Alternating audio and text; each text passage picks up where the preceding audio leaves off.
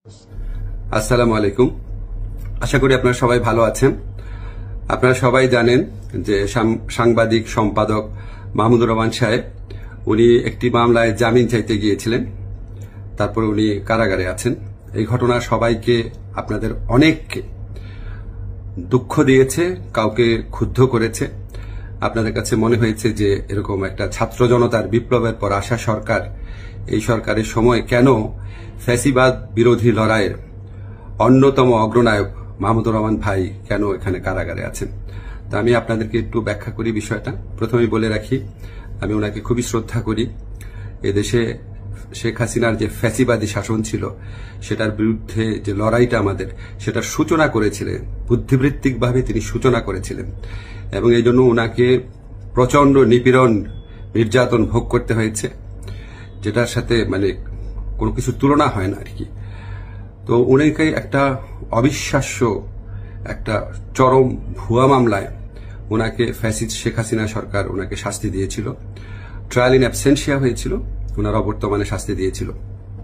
অবিশ্বাস্য মামলা একটা, এবং এই মামলার মেরিট নিয়েও প্রশ্ন তোলা যেতে পারে, কিন্তু বিচার কার্যটা সম্পন্ন হয়ে গিয়েছিল এবং ওনাকে শাস্তি দেওয়া অলরেডি হয়ে গিয়েছিল।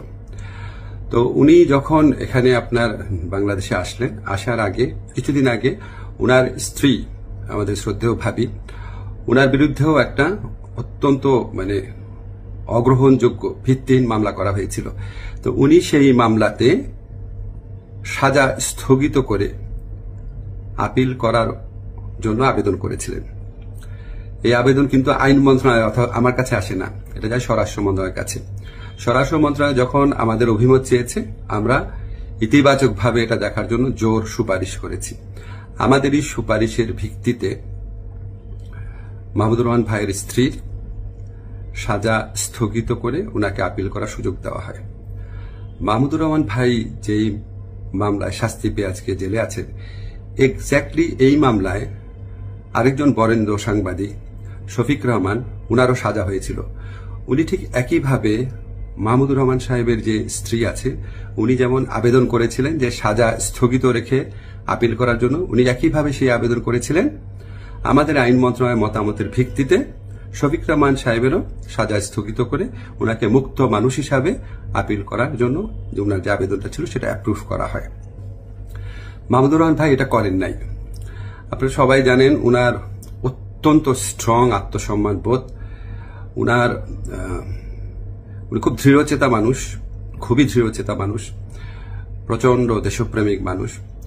হয়তো উনার এই সমস্ত ব্যক্তিত্বের কারণে উনি মনে করেছেন উনি কোনো সাজা স্থগিতের আবেদন করবেন না, বা হয়তো যে কোনো কারণে হোক, আমি জানি না, উনি সাজা স্থগিত রেখে মুক্ত মানুষ হিসাবে আপিল করার কোনো আবেদন করেন নাই। ফলে এটা করার কোন রকম স্কোপ কোনো মন্ত্রণালয়ের, কোনো সরকারের ছিল না। উনাকে যেই আদালত এই ভুয়া মামলাতে উনাকে শাস্তি দিয়েছিল, উনি সেই আদালতে জামিন চাইতে গেছেন। আমাদের ফৌজদারি কার্যবিধিতে আছে, যদি কোনো আদালত কাউকে 1 বছরের বেশি শাস্তি দেয়, ফৌজদারি মামলা যদি 1 বছরের বেশি শাস্তি দেয়, তাহলে সেই আদালত দোষী সাব্যস্ত ব্যক্তিকে জামিন দিতে পারবে না, জাস্ট পারবে না, কোনো স্কোপ নাই। কিন্তু তার চেয়ে যে বড় আদালত, অর্থাৎ মহানগর দায়রা জজের আদালত, সেখানে যদি পরে আবেদন করা হয়, তাহলে সেই আদালত জামিন দিতে পারবে। মাহমুদুর রহমান ভাইয়ের আইনজীবী যাতে মহানগর দায়রা জজের কোর্টে জামিনের আবেদন করতে পারেন, সেই জন্য রায় যেদিন হয়েছে ঠিক সেদিনই অত্যন্ত দ্রুততার সাথে ওনাকে সকল কাগজপত্র, রায় আদেশের কপি সহ পৌঁছে দেওয়া হয়েছে। আজকে আমি যখন আপনাদের সাথে কথা বলছি, আজকে হচ্ছে বুধবার, উনি যে কোনো কারণেই হোক উনি জামিনের আবেদন এখনো করেন নাই। জামিনের আবেদনটা করলে ওই আদালতের জামিন দেওয়ার এখতিয়ার আছে এবং উনার জামিন পাওয়ার পথ প্রশস্ত হবে। উনি মুক্তভাবে উনার যে দেশপ্রেম থেকে, দায়িত্ববোধ থেকে, উনি উনার সাংবাদিক হোক বা বুদ্ধিজীবী হোক বা ওপিনিয়ন মেকার হোক, উনি উনার ভূমিকা পালন করতে পারবেন অচিরেই, সে প্রত্যাশা করছি। আমি শুধু আপনাদেরকে একটা জিনিস একটু বুঝার জন্য অনুরোধ করছি।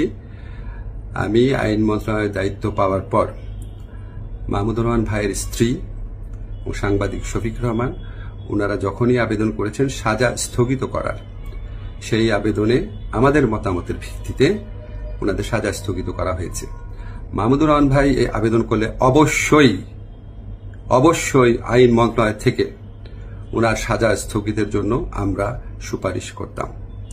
আমরা সেই সুযোগ পাই নাই, এখানে আমাদের কিছু করার ছিল না।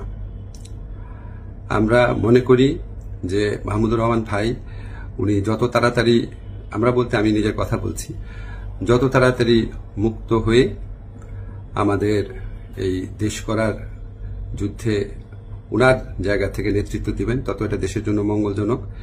আমি আশা করব খুব দ্রুত উনার জামিনের আবেদন করা হবে, যাতে উনার জামিনের পথ প্রশস্ত হয়।